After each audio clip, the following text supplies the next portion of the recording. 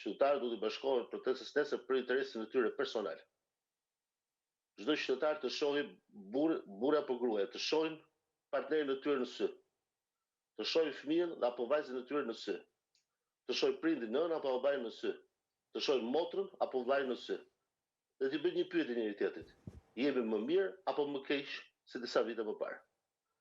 Kemi më shumë shërbime publike që na jepen apo kemi më pak? Kemi më shumë ekonomi familjare apo kemi më pak ekonomi familjare? Kemi arsim më të mirë se para disa viteve apo arsim më të keq?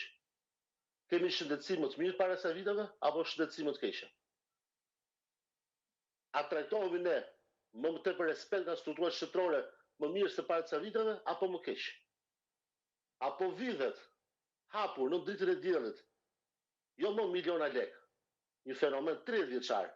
Korrupsioni ka qenë prezent dhe do të jetë prezent siç është çdo shoqëri demokratike.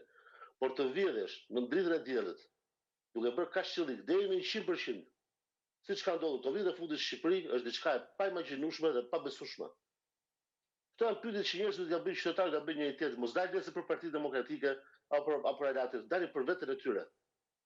Sepse është diçka tjetër për të thënë. Nuk është që me largimin e qeverisë aktuale vjen Partia Demokratike në qeverisje. Jo.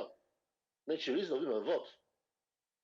Mama me largimin e qeverisë aktuale i hapet rruga ngritjes së qeverisë tranzitore, e cila do ketë një detyrë madhore, krijimin e kushteve për zgjedhje të lira të ndershme. Që mos kemi më raportet ose OBOD që i nxit zgjedhjet në Shqipëri, ku vota vidhet, vota tetërsohet, vota trysnohet, vota blehet, siç u ble me bonusin e pensionistëve 100 euro, siç u ble me faljen e gjobave 3 ditë para zgjedhjeve, siç u ble me 500 milionë euro të hedhura nga buxheti i shtetit për investime që nuk doheshin kryer gjatë periudhës 14 orë të zgjedhjeve, siç u përdor administrata publike, sidomos drejtoritë e varësisë dhe shahat e institucioneve të varësisë të bashkive, që u ishin një ushtri e tërë patronazhistësh për të shërbyer votës Partisë Socialiste.